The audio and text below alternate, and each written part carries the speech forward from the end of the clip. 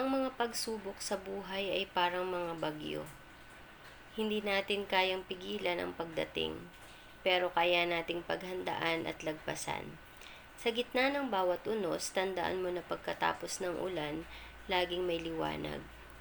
Ang mga hamon ay hindi parusa kundi pagkakataon upang tayo tumibay, matuto at maging mas matatag.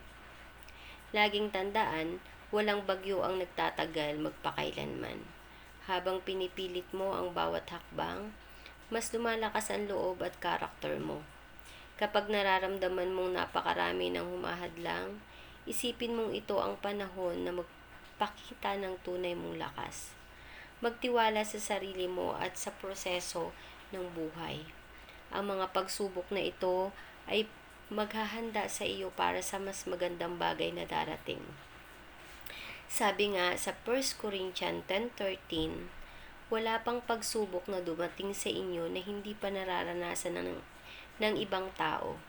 Tapat ang Diyos at hindi niya ipapahintulot na kayo'y subukin ng higit sa inyong makakaya.